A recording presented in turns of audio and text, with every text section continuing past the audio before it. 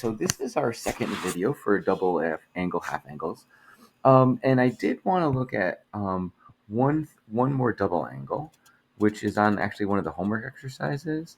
Like both 79 and 80 say, well, it says secant 2 inverse tan of 3/4 and cosecant 2 inverse sine of negative 3/5. So let's take a look at this, and let's maybe do number 80. And what I'm hoping us to notice is that like this part right here is describing an angle. So the structure of this problem is it really asking us to find the cosecant of 2 theta, right? And they're describing theta. They're telling us theta is the inverse sine, or arc sine, maybe we like to see it that way, of negative 3/5. So let's draw it. And because arc sine's part of our definition, we know it's the principal angle, and arc sine being negative is down in quadrant 4. So arc sine of negative 3/5, and then there's our value of 4. There's theta right there.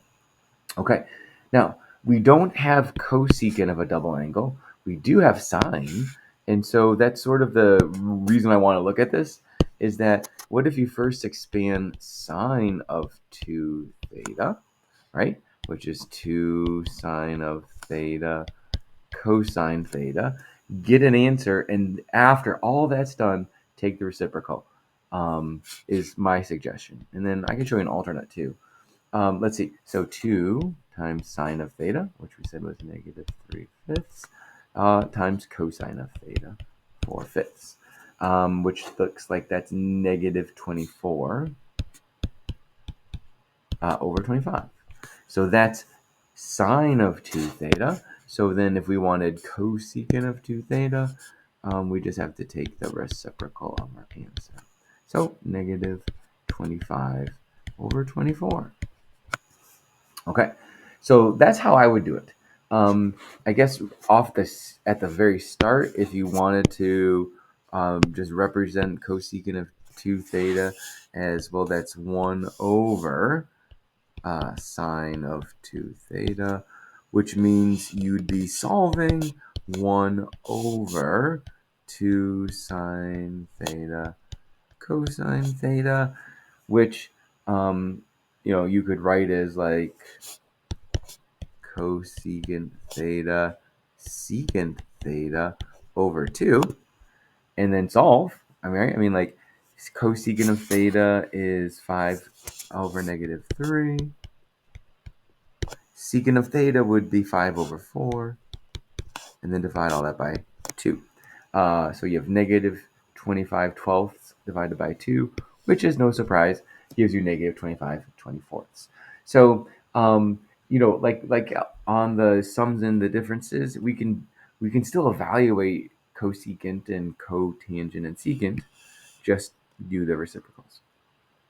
Okay, so now it's time for the half angles. And so the half angles come from actually, so the half angles actually do come from solving the Pythagorean identity, which is kind of crazy. Or the Pythagorean identity with the cosine of 2 theta. And so because cosine of 2 theta has both a cosine squared theta or it's equal to a sine squared theta, that is why that the formulas for sine and cosine look so closely familiar to each other. Sine has the negative and cosine has the positive. It's not the prettiest of formulas, and there is a little bit of a caveat with this plus minus. And so the first video here dealing with half angles, just kind of just go along, and we're going to really spend some time on the next day really making sure we understand this plus minus and where it comes from. And then tangent of half of angle. Again, 2 variations, both are fine. It's whichever one you'd like to use. Okay, so let's go down to number 2, just to start. It says find the exact value of sine of 22.5. Okay, so 22.5, not an angle that's a 30, 60, 90 or something I can get as a sum or a difference, but I can get it by dividing 45 by 2. So So that's sort of the idea, that sine of 22.5 is the sine of 45 over 2. And so once we sort of identify, oh, that's a nice number of over 2, like that's the value that you would substitute into the formula. So again, thinking about sine of half an angle is equal to plus or minus the square root of 1 minus cosine of the angle over 2. So again, highlighted it is. So whatever angle you're going to put above 2 in the formula, that's the angle that goes inside. And that makes sense because that should be the angle that we know something about. Okay. It does say where this plus or minus is determined, right, by the quadrant or the location of half of the angle. So I have to think about, okay, where does 22.5 live? Well, not a hard question. I could draw it, right? 22.5 is definitely a first quadrant angle, and this sign is positive in the first quadrant. So when I go to use my formula, I know I'm choosing just the positive root. Okay, so original formula, would have been plus or minus the square root of 1 minus cosine of 45 degrees over 2. But because I know it's in quadrant 1, it's the positive root. And then it's 1 minus, we said cosine of 45, or we know, is root 2 over 2 divided by 2. Now, this is messy. We can clean it up a bit. I'm going to divide the 2, like the denominator, to make it 1/2 and root 2 over 4. So there's 1/2 minus root 2 over 4. I'm okay with that. If you wanted to go another step, you could find a common denominator because 1/2 is the same thing as 2/4, that you could have that common denominator and say it's 2 minus root 2 over 4. And then that only, I guess the advantage is that allows a perfect square in the denominator to be simplified. So any of those are fine. I honestly think that the very first one is perfectly okay, because these are going to be somewhat awkward. And I don't want you to lose points because you're trying to simplify further, but also recognizing where the equivalencies come from. Okay, so the one above it, 157.5. So again, let's think about what number, when divided by 2, is 157.5. Well, that would be 315. So what we're really looking for is the cosine of 315 over 2, right? Half of 315. Okay, so that's going to initially equal, plus or minus, the square root of 1 plus cosine of theta over 2. Again, some subtle things to remember when you're dealing with the cosine function. It's a plus under the square root for half angle. When you're dealing with the sine function, it's a minus on the square root. That's the only difference. Okay, so plus or minus. Okay, so we also need to know, is it plus or minus? And it's based on the location of 157.5. And 157.5 takes you into quadrant 2 somewhere. Cosine's negative. So I know that I'm choosing the negative square root, and then I can proceed. And remember, the value inside is the angle that we know things about. So that's a 315. So 1 plus cosine of 315 over 2. 315s are a 45-degree angle sitting in quadrant 4. So that value would be root 2 over 2. So we get the negative on the outside. 1 plus root 2 over 2 divided by 2. And this should look familiar. It's a very similar triangle. So negative. And I'm just going to leave it as 1/4 plus root 2 over 2. Okay. So in the first video, we also had set up some problems that had alphas and betas. So I saved them. So that's nice. So let's look at this first one, cosine of beta over 2. So cosine of beta over 2 starts off as a plus or minus the square root of 1 plus cosine of beta over 2.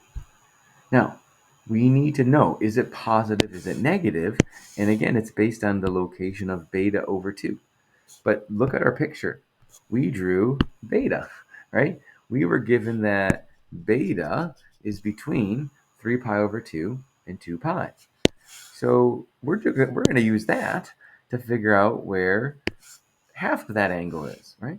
So if I know this to be true, then I can just divide that whole inequality by 2 and say, okay, 3 pi over 4 less than beta over 2 is less than pi. In other words, half of the angle, beta over 2, is somewhere up here in the second quadrant. Oh, okay, cosine's negative there. So even though I don't know the exact angle measurement, I can know its range to be negative.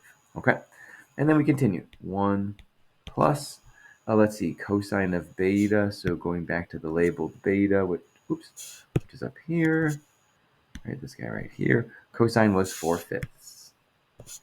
So 1 plus 4/5 over 2. So again, a couple of ways we can simplify this. At least we don't have a square root within a square root. So this would be 1/2 plus 4/10 if I divide each of those by 2. Or that's negative the square root of 5/10 plus 4/10, which is negative the square root of 9/10. And now I at least have that perfect square in the numerator, negative 3 over root 10. We could leave it like that. We could also rationalize it and say it's negative 3 root 10 over 10. Okay. Let's maybe do one more, just for practice on this video. At least one more, I guess. Sure, sine of alpha over 2. That looks like a good one. So again, the more we can write out, the better. It's going to equal plus or minus the square root of 1 minus cosine of alpha divided by 2. And again, just to reiterate, when it's a sine of the half angle, we choose the minus. Okay, now, is it plus? Is it minus? We need to go to the location of alpha over 2. Well, alpha, here it is. Alpha was between pi and 3 pi over 2. So then half of it will be between pi over 2 and 3 pi over 4, right? If pi less than alpha less than 3 pi over 2 was the given, then pi over 2 is less than alpha over 2 is less than 3 pi over 4, which means that we are in the upper half of the second quadrant, but second quadrant nonetheless, sine's positive. So let's finish this example. This equals the positive root 1 minus cosine of alpha. We take a look. Cosine of alpha was negative 12/13. So negative 12/13 over 2. So that's not too bad. So it's the square root of 1/2. And then that's a plus 12 over 26 because of the two negatives. Plus 12 over 26. Or that would be the square root of, you could say that's 13/26 plus 12/26, which is the square root of 25/26. Kind of nice that it was another perfect square. So one possible solution I could write is 5 over root 26, or I could say 5 root 26 over 26. That works too. So feel we're incomplete without a tangent, but I don't know if there was a tangent of theta over 2. Another sine, another cosine, so that's okay. And then we had done those already. So Certainly, if you want to do these two as exercises, that would be great. And then otherwise, continue working on problems and um, looking at these as possible examples in case you get stuck.